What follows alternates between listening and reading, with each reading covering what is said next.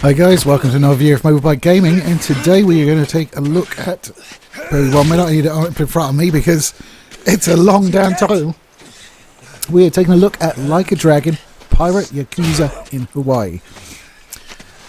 I love this game. I'm just going to come straight and say it just rings all my bells. It has all the traditional Yakuza stuff, but it's fun and goofy to go along with it, which I'm actually replaying Yakuza 0 right now, and the difference is just night and day from the sort of serious tone, for the most part, that game has. Compared to this, it's night and day.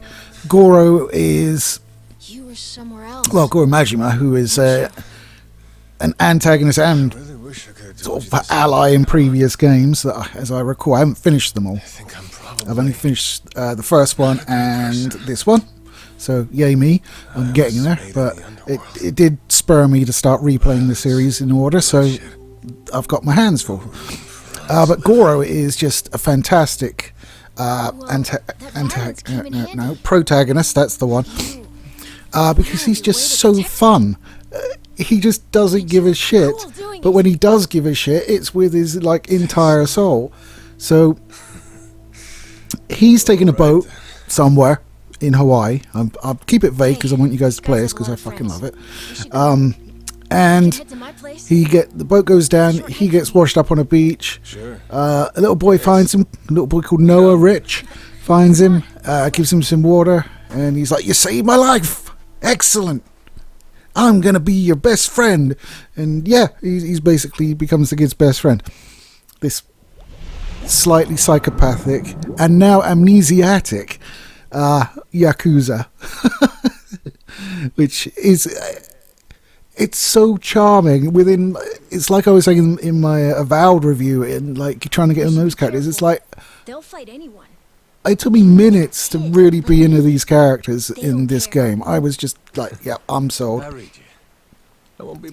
And then you get a musical number about half an hour in, and you're like, I don't like musical numbers, but I'm kind of digging this.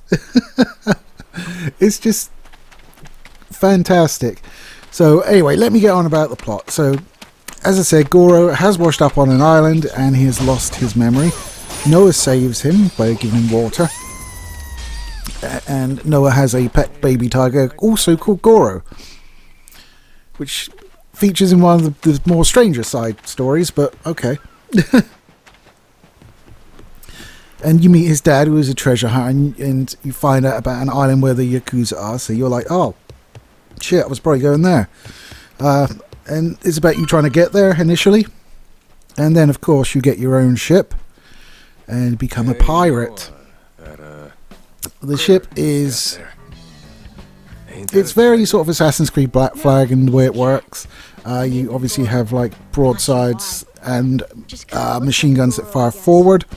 You also have a boost engine because it has, for some reason, rocket engines underneath the water that flame out and increase your speed when you use the boost, like NOS in a Burnout game or something.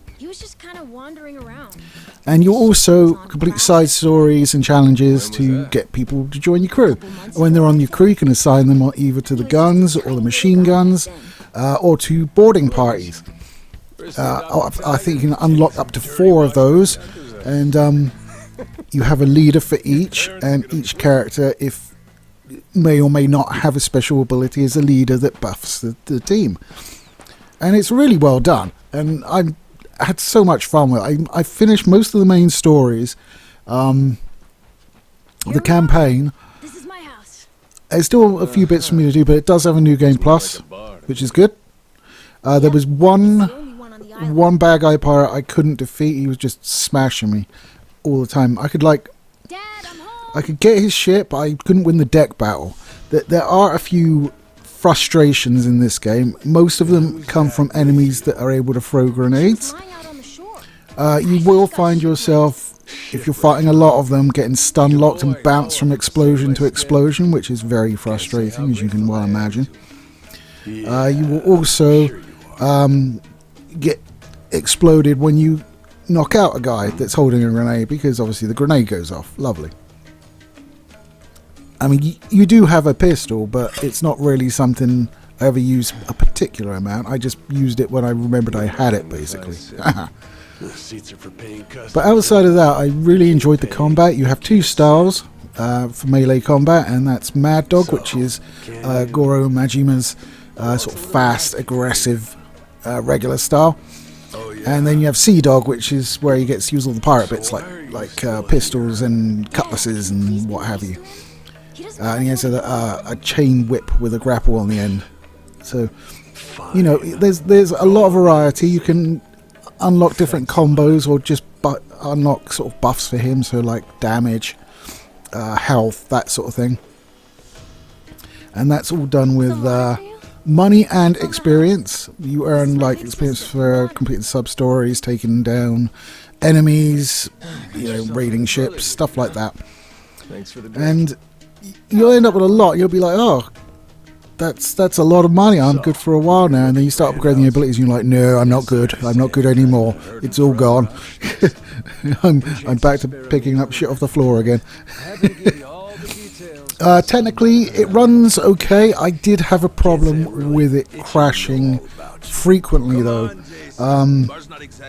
No error message, just straight to desktop every time. Got very frustrating in some aspects because it was... I mean, sometimes it would go for a couple of hours without crashing. Sometimes it would be like 5 minutes and it would crash. I may have fixed it, or it may just be taking longer to crash. I capped the frame rate to 60, which is why you will not see it exceed 60 in the footage. It does have ray tracing. Ray tracing is very definitely off. It just doesn't bring enough to justify the frame loss. And I've been trying all week to remember this term, and I cannot. I really should have looked it up. The one that fixes screen tearing. I want to say anti-aliasing. That's all my brain will supply. I know it's not that. God, I'm stupid. I literally have been thinking for like the last 4 days, like, what is that called? I cannot remember. I must open a game and look in the settings and find out before I record, and here I am recording and I still haven't fucking done it.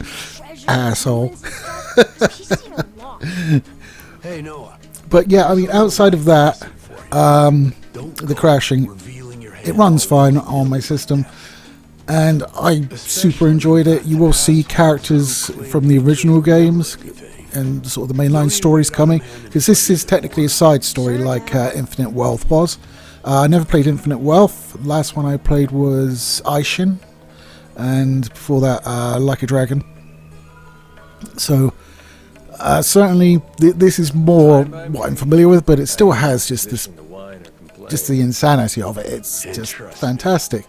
You go to a pirate island called Atlantis, and there's a Colosseum inside where you sail a ship around and defeat pirates and climb the leaderboards.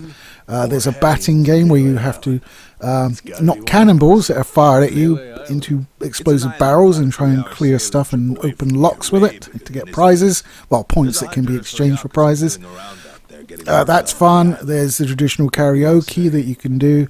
One of the weirder things in it is there's a quest where you're setting one of your mates, Masuro, up on like a date with these Minato girls, who are basically women that carry themselves in a particular way, and he finds very attractive. So you go out and you find 5 of them, and then you send him off on his date, and all of a sudden it goes to live action footage, which with 5 attractive Japanese women I wasn't really too upset about.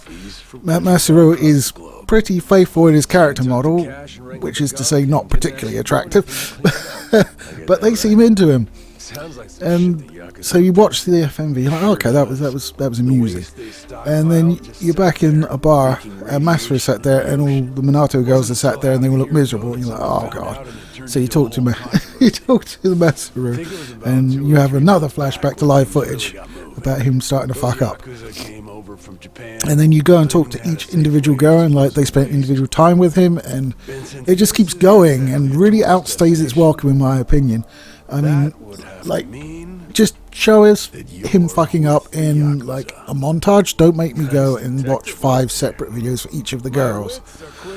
It's just, I mean, there's one where, I mean, I don't know whether it's Japanese humor versus my humor, but he basically, he goes in a room with a guy and says, I'm going to take a shower, and spends 90 minutes taking a shower, and she fucks off.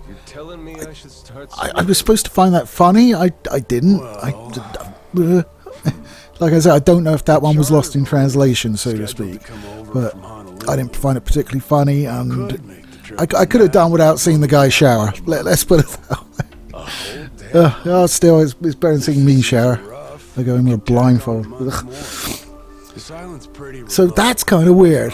I mean, all of the girls are very faithfully matched to their in-game models, and I was able to tell which one was which, and they were all very pretty, and one had ginormous... Yeah, you get it. And apparently, I found out after finishing the game that they were winners of a competition. They actually went to a contest to be these Minato girls. Yeah, I don't think so, Dad. So good for them. Sailed far away. I bet they wish they were on a date with Goro, but they had to settle for Masuru. But the storyline itself is full of twists and turns and betrayals, and just Goro just being an absolute fucking badass at every point. I really liked it. I mean, I will understand if there's people that like, the mainline Yakuza games and liked it more for the sort of seriousness and nature of the Yakuza in it. But, I mean, this is very much not that. So, if you can get over that, like I could, then I think you have a great time with it. If not, then it just isn't for you, basically. I did see some people refer to it as like a children's game, and I don't think that's the case, although it does have a lot of humour, and, it does have a kid, but the kid in it isn't a Kenny or anything like that. He is, a good character, and he's someone that I grew to like. Very quickly, in fact. As I did like most of the characters in the game, there were very few I didn't like. Except the ones that you're not supposed to like. And I guess Samoa Joe is the main bad guy, which is kind of cool and intimidating at the same time. Because that is one angry looking fella, whatever way you slice it. So that's my review of Like a Dragon Pirate Yakuza in Hawaii. Ooh, excuse me. I shouldn't eat onion rings before coming on the mic, obviously. That was a mistake. I loved it. I don't really feel the need to play it again immediately. It does have a New Game Plus, so it will reset all your sub-stories and the campaign and everything, so you got to do that again. But you'll keep all like the progression, and I think you keep the money as well. Certainly, like, if you watch the footage, like, these early game enemies are absolutely melting whenever I touch them, because I'm just super powered compared to them. Which is kind of nice. Anyway, guys, that's it for me. Take it easy, and I'll catch you next week.